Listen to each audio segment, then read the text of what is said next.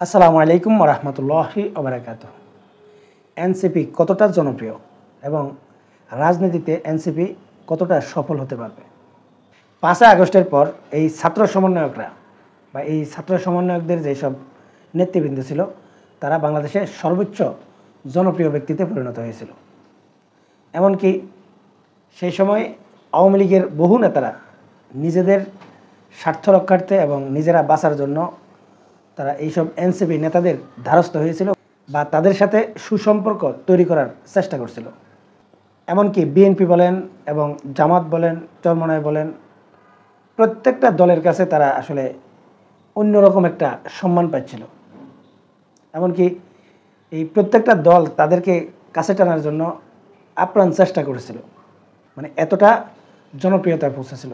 এছাড়া যখন আপনারা দেখেছেন যে বাংলাদেশে ভারত পানি ছেড়ে দিয়ে কৃত্রিম বন্যা তৈরি করেছিল, সেই বন্যায় মানুষের সহযোগিতা এই ছাত্র সমন্বয়কদের হাত দিয়ে দেওয়ার জন্য এই ঢাকা বিশ্ববিদ্যালয়ের সামনে আসলে কীরকম ত্রাণ জমা পড়েছিল আপনারা দেখেছেন। অনেক মহিলারা তাদের গহনা খুলে পর্যন্ত দিয়ে দিয়েছে। এটা আপনারা অনেকেই দেখেছেন। মানে বাংলাদেশের সর্বোচ্চ জনপ্রিয়তায় পৌঁছে গিয়েছিল এই ছাত্র সমন্বয়করা। কিন্তু এর পর যখন এই ছাত্ররা যখন নতুন দল ঘোষণা করার ইঙ্গিত দিয়েছিল বা তারা একটা নতুন দল গঠন করার একটা আভাস দিয়েছিল, ঠিক তখন থেকে আসলে তারা আস্তে আস্তে অজনপ্রিয় হতে শুরু করেছে। এখন ছাত্রদের একটা নতুন দল তৈরি হয়েছে, যেটার নাম জাতীয় নাগরিক পার্টি। বর্তমানে যদি আপনি এই জাতীয় নাগরিক পার্টির জনসমর্থন কতটুকু রয়েছে বা তাদের জনপ্রিয়তা আসলে এখন কতটুকু রয়েছে, এটা যদি একটু বিচার বিশ্লেষণ করেন তাহলে বোঝা যাচ্ছে তাদের জনপ্রিয়তা এখন প্রায় তলানিতে। এমনকি যেই সব দলগুলো আসলে তাদেরকে মাথায় তুলে নাচত, এমনকি সবাই এই সমন্বয়কদেরকে আসলে নিজের দলের লোক হিসেবে ব্যাখ্যা দেওয়ার চেষ্টা করেছিল, তারা এখন আর তাদেরকে দলে ফেরানো নিয়ে আসলে খুব একটা মাতামাতি করছে না।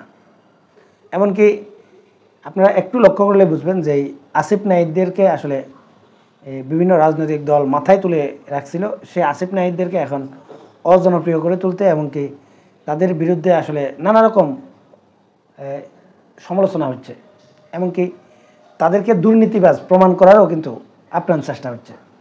এমনকি এই এনসিপির নেতারা এখন যেসব দাবি দাওয়াগুলো আসলে উত্থাপন করছে, প্রত্যেকটা দাবি দেওয়ার বিরুদ্ধে আসলে অবস্থান নিচ্ছে বিএনপি। মানে বিএনপি এখন এই এনসিপি নেতাদেরকে ন্যূনতম সম্মান এবং ন্যূনতম বিশ্বাসও করছে না। এখন এটার মূল কারণটা কি? এর মূল কারণটা হচ্ছে যে বাংলাদেশে আসলে জনপ্রিয় হওয়া খুব সহজ বিষয়। যদি আপনি নির্দিষ্ট কোনো একটা পক্ষ অবলম্বন করেন তখন কিন্তু আপনার এই জনপ্রিয়তাটা আর থাকবে না। আমি ব্যক্তিগতভাবে মনে করি এই যে এনসিপি যেসব দাবি দাওয়াগুলো করছে, তারা যদি সত্যিকার অর্থে যদি আসলে এই দল গঠন না করে তারা এখনও যদি আসলে স্বতন্ত্র অবস্থানে থাকতো, বা তারা যখন আন্দোলন শুরু করেছিল তখন যেরকম তারা একটা স্বতন্ত্র অবস্থানে থেকে আন্দোলনের ডাক দিয়েছিল, আর এই কারণে আসলে তারা যেই ব্যাপক জনপ্রিয়তাটা পেয়েছে, এখনও যদি তারা আসলে স্বতন্ত্রভাবে থাকতো তাহলে এই বিএনপি বলেন, জামাত বলেন বা অন্যান্য যেসব দলগুলো রয়েছে, প্রত্যেকটা দলে কিন্তু তাদের দাবি দেওয়া মানতে বাধ্য থাকতো। এমনকি তাদের বিরুদ্ধে আঙ্গুল তোলার আসলে সাহসও পেত না। এমনকি প্রত্যেকটা দলে কিন্তু তাদের সুনাম করতো, এমনকি প্রত্যেকে তাদেরকে আসলে দলে টানার চেষ্টা করত। এখন এনসিপি যত দাবি দেওয়াই করুক বা যত সুন্দর সুন্দর দাবি দেওয়াই উপস্থাপন করুক, বাংলাদেশে তারা আগের মতো সেই জনসমর্থনও পাবে না বা এই তারা কিন্তু সেই সম্মানও পাবে না। একটা সময় এনসিপির নেতাদেরকে আসলে বিএনপি আসলে সমালোচনা করলেও বা বিএনপি তাদের বিরোধিতা করলেও জামাত কিন্তু তাদের পক্ষে ছিল বা জামাত তাদেরকে আসলে বিতর্কতভাবে সমর্থন দিয়ে আসছিল।